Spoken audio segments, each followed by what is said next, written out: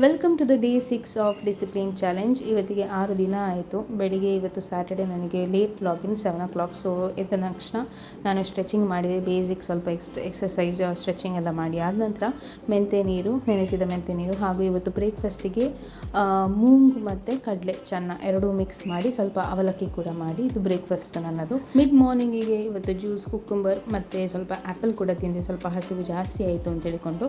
ಮತ್ತು ಮಧ್ಯಾಹ್ನಕ್ಕೆ soya chunks ಇದು ಪಲಾವ್ ಮತ್ತು ಕರ್ಡ್ ಸ್ವಲ್ಪ.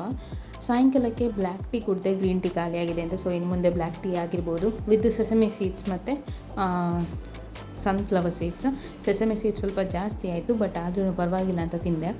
ಹಾಗೆಯೇ ನಾನು ಟೈಮ್ ಪಾಸ್ ಮಾಡಿ ಟಿಪ್ಸಿಯೊಟ್ಟಿಗೆ ಆಟಾಡಿ ಆದ ನಂತರ ಸಾಯಂಕಾಲ ಇವತ್ತು ಪ್ರಾಕ್ಟೀಸ್ ಎಲ್ಲ ಇತ್ತು. ಹಾಗೆ ಮನೆಗೆ ಬಂದು ಕುಕ್ ಮಾಡಲಿಕ್ಕೆ ಟೈಮೇ ಇರಲಿಲ್ಲ. ನಾವು ಹೇಗೇನೋ ಹೊರಗಡೆ ಹೋಗುವ ಅಂತ ವಿನೀಲ್ ಅವರು ಹೇಳಿದರು ಅಂತ ಹೇಳಿಕೊಂಡು ಹೊರಗಡೆ ಹೋಗಿ ಚಿಕನ್ ಸೂಪ್ ತಿಂದೆ.